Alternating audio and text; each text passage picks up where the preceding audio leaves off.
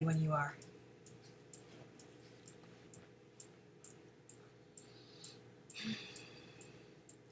Welcome back, everyone. You are listening to All About Healing. I want to give a quick shout out to Vita Jewel. Thank you for being our sponsor. And also, before we get started into the message of Emily's Energy Corner, shoot me an email, friends. If you have questions, if there's certain people you want to hear, if there's information you want to make sure that I cover, shoot me an email, emilyafrancis@gmail.com. Or you can go to my website, emilyafrancisbooks.com. But come and find me. Find me on Instagram, Twitter, Facebook, anywhere you want. Shoot me an email. And I also have a YouTube channel that puts these videos up from Emily's Energy Corner. So come and take a look. You can look through all the different shows and listen to the Energy Corner and just be in touch. Let me know that you're around and that you're listening, and we can do this thing together. Okay, so today's Emily's Energy Corner is based on the book from Dr. Linda Backman. And that was a really interesting interview with a lot of information that I love and that I personally love to read about.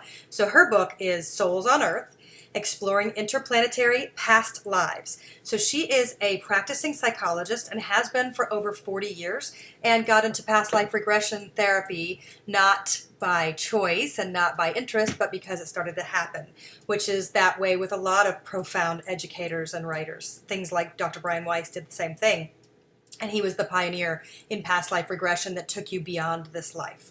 So today, for the message for Emily's Energy Corner, I want to talk about your spiritual space and how you can connect more deeply to your spirit guides or to the information that's around you. And you can call it whatever you want. You don't have to call it your spirit guides. I like that term. It could be your consciousness or your higher self, as Dr. Backman talked about it. And she talked about it's part of your own soul that's sort of up there. It's the same thing. People say God is in you, the universe is in you, you're part of the whole. And you are. You're part of the whole. We all are.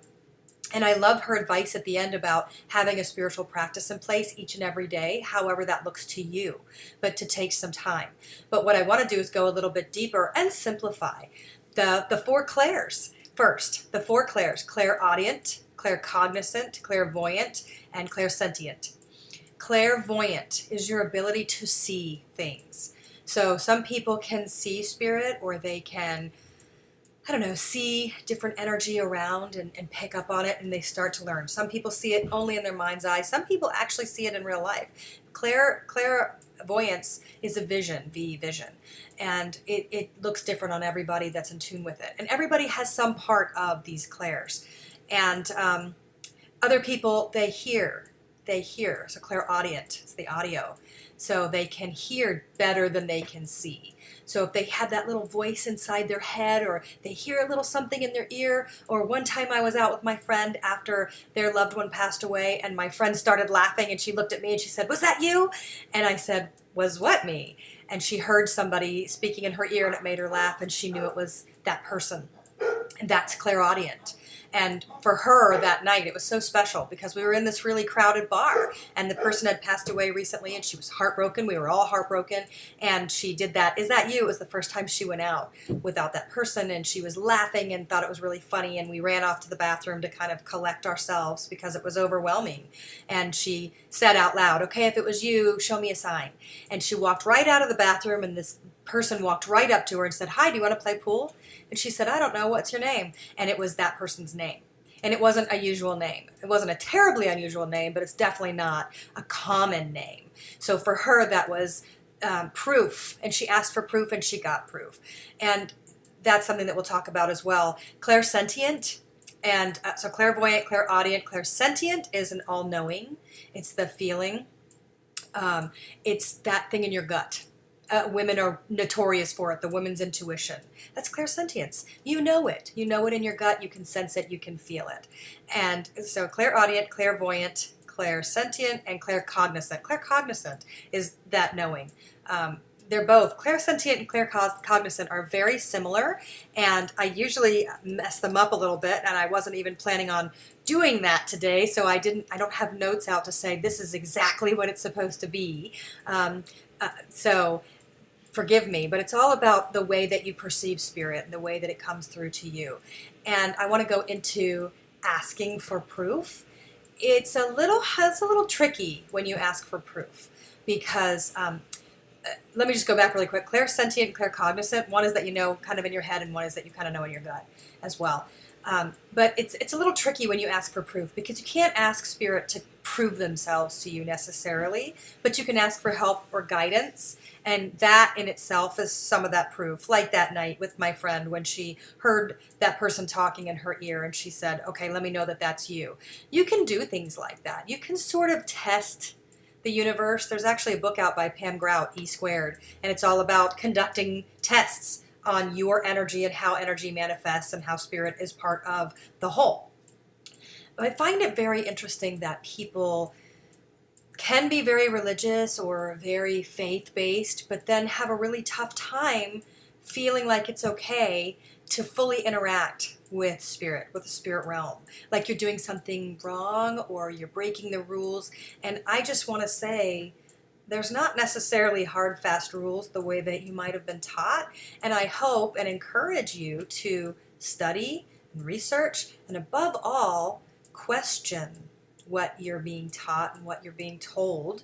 If you're being told to believe something, you may want to stop and question what that is and why that is. And even more than that is to trust that gut. You do have an innate gift to connect with things that are much larger than what you see in front of you, and more than just physical aspects of living. There is so many things around us, angels and spirit guides and incredible sentient beings, and they want to be part of our life. They were supposed to be part of our life. They're contracted to help us through. So you can call it your consciousness or your spirit guide or your inner voice or your inner knowing, whatever words you want to use. Just make sure that you don't leave them out of your life, because that makes life really lonely. And if you ever think that you're alone, I challenge you to think otherwise and to find out. And I love that Dr. Backman does all of this work, because I think people that do a lot of regression therapy that go beyond this life in particular have a sense of deep, profound calm when it comes to death and dying and what comes next. And they have a sense of faith that is very hard to capture in other ways, by other people, by other teachings. So people that have gotten to travel with the soul down to the beginning of this incarnation and then beyond, and moving into the rewind, into the space between the last life and the next life. And that gives them such a huge, beautiful sense of calm that I'm envious of, because I don't know that that comes easily to anybody else that does any other kind of work in the world. And I do encourage you to go and get that book. She's actually got several books out. She's very renowned. She was on Dr. Oz for this particular work, but Souls on Earth, Exploring Interplanetary Past Lives, Dr. Linda Backman. And you can find her at the ravenheart.com. And she has a sanctuary. She and her husband run it, and they help with your soul's purpose and to help you feel more loved and safe in this body and in this life. So thank you, everyone, for being here today. It is your responsibility to make it a great day and a great week, and I can't wait to see you back here next week. Shoot me an email. I look forward to talking to you.